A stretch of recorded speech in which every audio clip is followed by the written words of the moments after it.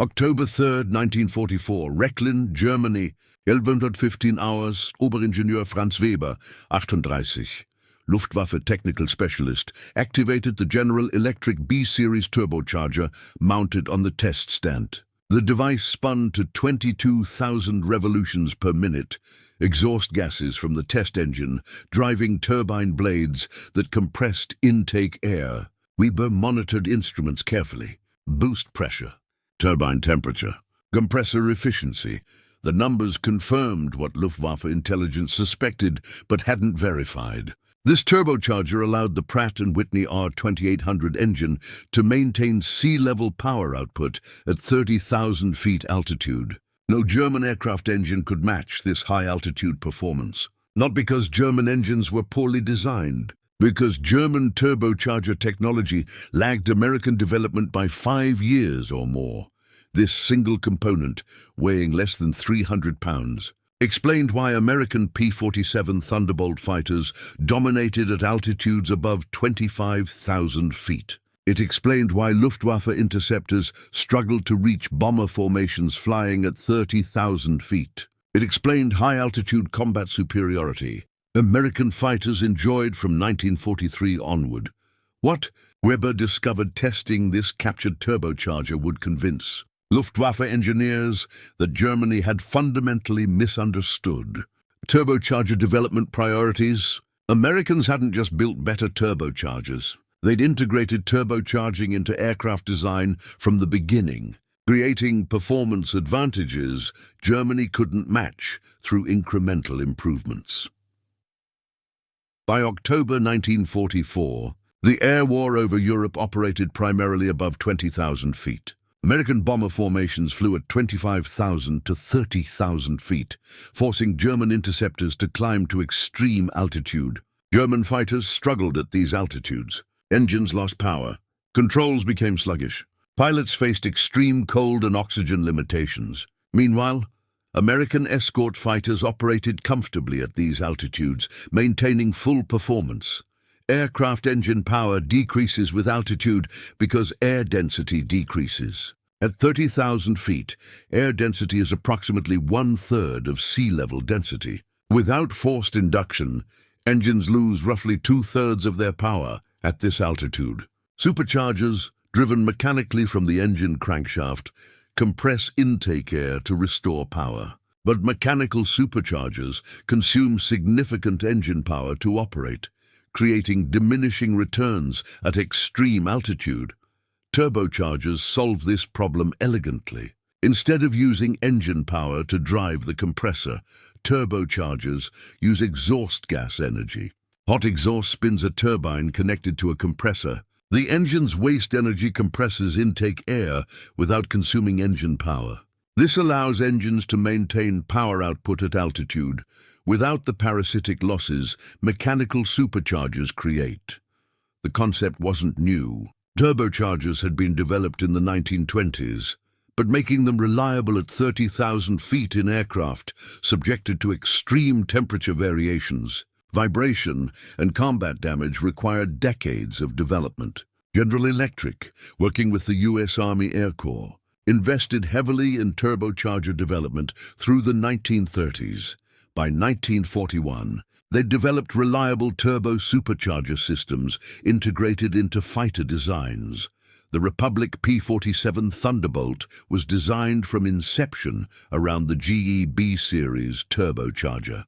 The aircraft's large fuselage accommodated turbocharger installation, with ducting from the engine to the turbocharger in the rear fuselage, then forward again to the engine intake. This complex installation was aerodynamically inefficient, contributing to the P-47's large size and weight. But it delivered extraordinary high-altitude performance.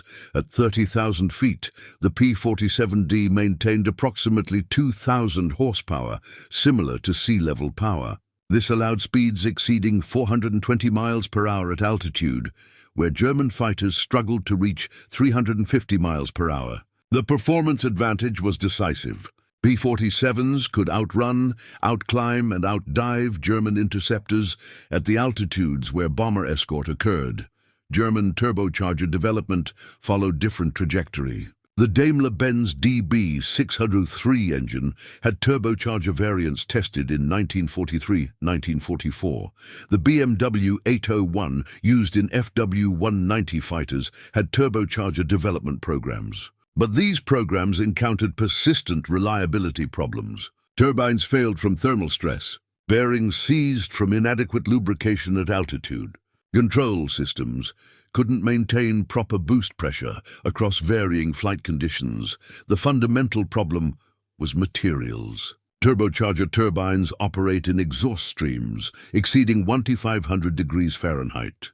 At 22,000 RPM, centrifugal forces are enormous. Materials must resist both extreme temperature and mechanical stress simultaneously. American development used specialized high-temperature alloys, including Inconel, a nickel-chromium alloy with exceptional heat resistance. Germany lacked access to sufficient nickel and chromium to produce comparable alloys in quantity. Oberingenieur Weber's examination of the captured GE turbocharger revealed engineering sophistication beyond German manufacturing capabilities. The turbine wheel was investment cast from Inconel alloy. The process created complex blade geometry with internal cooling passages impossible to machine conventionally. German turbines use simpler designs from inferior materials, limiting operational temperature and lifespan. The bearing system used specialized high-temperature lubricants, maintaining viscosity at 400 degrees Fahrenheit. German lubricants broke down above 300 degrees, causing bearing failures that plagued German turbocharger programs. The wastegate, controlling boost pressure, used precision pneumatic actuator responding to altitude and throttle position. German control systems were less sophisticated, creating boost irregularities that reduced effectiveness. Weber's technical report, dated October 15, 1944, forwarded to the Reichsluftfahrtministerium, provided detailed analysis with discouraging conclusions. The General Electric turbocharger represents development programs spanning 15 years with substantial industrial investment. Component materials, manufacturing processes, and control system sophistication exceed German capabilities in current circumstances. Replicating this technology requires access to high-temperature alloys we cannot produce, manufacturing techniques we haven't developed, and testing facilities we lack. Even if resources were unlimited, achieving comparable turbocharger reliability would require minimum 3 years development. Current wartime conditions make such development program impractical. The report continued with performance comparisons. German mechanical superchargers consumed approximately 200 horsepower at high altitude to produce acceptable boost pressure. The GE turbocharger delivered equivalent boost using waste exhaust energy, effectively adding 200 horsepower to available power at altitude. This 200 horsepower difference at 30,000 feet meant American fighters were approximately 15% faster and climbed 20% better than comparable German fighters. Luftwaffe. Fighter pilots had observed these performance differences throughout 1943 and 1944. Major Gerhard Barkhorn, second highest scoring German ace with 301 victories, encountered P-47s repeatedly on the eastern and western fronts. His assessment, recorded in post-war interviews, was candid. The P-47 was a formidable opponent at high altitude. Below 20,000 feet, our Bf-109 and FW-190 fighters could compete. Above 25,000 feet, P-47s had significant advantages. They maintained power where our engines struggled. They could dive away faster than we could follow. Most concerning, they could climb back to altitude after attacking, something our fighters couldn't match. This gave them permanent advantage at bomber escort altitude. We developed tactics to work around their strengths, but tactics have limits when aircraft performance gap is substantial. The tactical implications were significant. German interceptor doctrine required climbing to altitude above bomber formations, then diving to attack. but climbing to 32,000 feet to attack bombers at 28,000 feet exhausted German fighters. Engines operated at maximum power continuously during climbs. Fuel consumption was enormous. By the time German fighters reached attack altitude, they had limited time before fuel exhaustion forced return to base. P-47 escorts, already at altitude and maintaining power effortlessly through turbocharging, intercepted German fighters during their climbing approach. German fighters, already at maximum power trying to climb, couldn't evade or accelerate. P-47s diving from above had speed and energy advantages that made them nearly impossible to escape. Many German fighters were shot down before ever reaching bomber formations. The psychological impact on German pilots was corrosive. Intercepting bombers became increasingly suicidal. Climb to altitude, hope escorts don't engage you, attack bombers quickly, dive away before more escorts arrive. Each phase offered multiple opportunities to be shot down. Pilots knew their aircraft were outmatched at altitude. Orders requiring bomber interception regardless of risk created fatalism among fighter pilots. By late 1944, Luftwaffe fighter losses exceeded 50% monthly in some units. Pilot training was compressed to 120 hours or less due to fuel shortages. New pilots arrived at combat units with minimal experience, flying aircraft with inferior high-altitude performance against veteran American pilots in superior aircraft. The mathematical outcome was predictable. German fighter force was being systematically destroyed. Post-war technical intelligence teams examined German turbocharger development programs. Programs existed. Prototypes had been built. Some showed promise, but none had achieved operational reliability comparable to American turbochargers. The gap reflected not individual component quality, but systematic industrial development. American industry invested decades developing turbochargers, testing hundreds of variants, solving thousands of detailed engineering problems. German industry started late and lacked resources for extended development programs. The materials gap was particularly revealing. American turbochargers used 8 different specialized alloys, each optimized for specific components.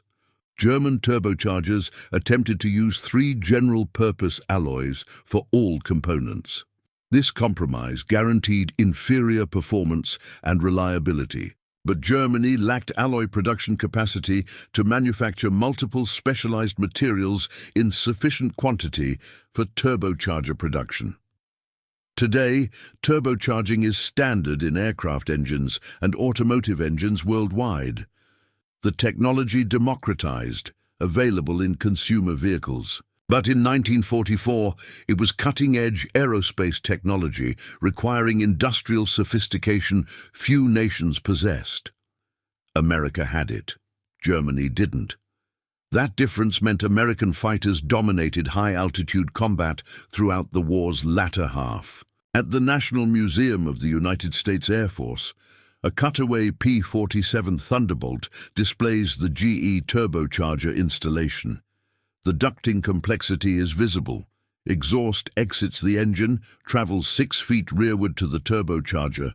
Then compressed air travels 6 feet forward to the engine intake. The installation seems inefficient, but the performance gain justified the complexity. Museum guides explained to visitors that this turbocharger gave the P-47 its nickname, the Jug, from its large, round fuselage. The size was necessary to accommodate turbocharger installation, but that size delivered altitude performance no other fighter could match in 1943-1944. At 30,000 feet, the P-47 was the fastest, highest climbing Allied fighter in service. That performance saved countless bomber crews and destroyed hundreds of German fighters. A museum placard quotes a P-47 pilot from the 56th Fighter Group. "We called her the Jug, and she wasn't pretty, but when you climbed to 30,000 feet and still had full power, you understood why we loved her. German fighters couldn't stay with us at altitude. We controlled every engagement. We chose when to fight and when to leave. That advantage meant we came home. Without the turbo, we'd have been in the same situation as the Germans, struggling at altitude with engines that barely worked. The turbo wasn't just a component, it was survival. The broader lesson is about integrated system design. Germany focused on engine power output. America focused on engine power at altitude where combat actually occurred. This meant accepting complexity and weight to integrate turbocharging. German approach emphasized simplicity and lightweight. At low altitude, German fighters performed well. At high altitude, where the war was actually fought, German fighters were outmatched. Successful engineering isn't optimizing for ideal conditions. It's optimizing for actual operational conditions. American designers understood strategic bombing would occur at high altitude. They designed fighters for high-altitude combat from the beginning. German designers assumed fighter combat would occur below 20,000 feet. When the war shifted to higher altitude, German designs couldn't adapt. Oberingenieur Weber's report on the captured turbocharger ended with philosophical observation unusual in technical documents. This turbocharger represents not just engineering excellence, but strategic foresight. The Americans understood high-altitude combat would determine air superiority. They invested in technology enabling high-altitude performance years before war began. We focused on other priorities. Now we face opponents whose aircraft maintain full power at altitudes where ours struggle to operate. Technical superiority combined with strategic foresight creates advantages tactics cannot overcome. We are learning this lesson at terrible cost. By October 1944, the lesson was clear. But knowing the lesson didn't provide solutions. Germany couldn't develop turbochargers matching American capabilities in the time remaining. Production priorities emphasized quantity over quality. Materials shortages prevented using optimal alloys. The industrial and technological gap was insurmountable. 30,000 feet. That's where American turbochargers delivered decisive advantage. That's where German fighters struggled and often died. That's where the air war was won, not through dramatic dogfights, but through systematic technological superiority integrated into aircraft design years earlier. Sometimes wars are decided by decisions made in peacetime. In the 1930s, America decided to develop turbocharging.